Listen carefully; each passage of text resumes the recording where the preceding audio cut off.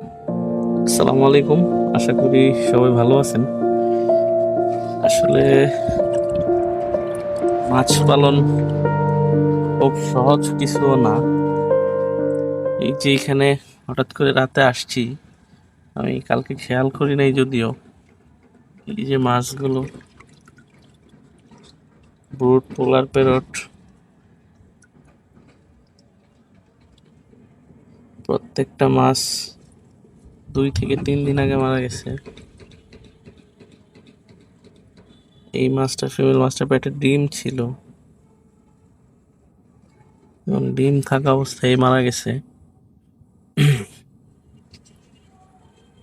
এবং বাচ্চা মাছও মারা গেছে প্রচুর। এখানে বাকি মাছগুলো প্রায় মারা যাওয়ার মতোই অবস্থা। আসলে পানিতে কি হয়েছে আমি ঠিক বুঝতেছি না। যে আরেকটা মাছ মারা গেছে। আর মাছগুলা অন্য ট্যাঙ্কে চাইলে দিতে পারি, বাট এটা অন্য কোনো সমস্যা কিনা আমি জানি না। তো এখন পানি চেঞ্জ করে অন্য ট্যাঙ্ক থেকে পানি দিয়ে দিব, দেখি কোনো রেজাল্ট পাই কিনা। তবে দিন শেষে এগুলো আসলেই খুব কষ্টদায়ক। বাকি মাছগুলো খুব কষ্ট করতেছে মনে হচ্ছে।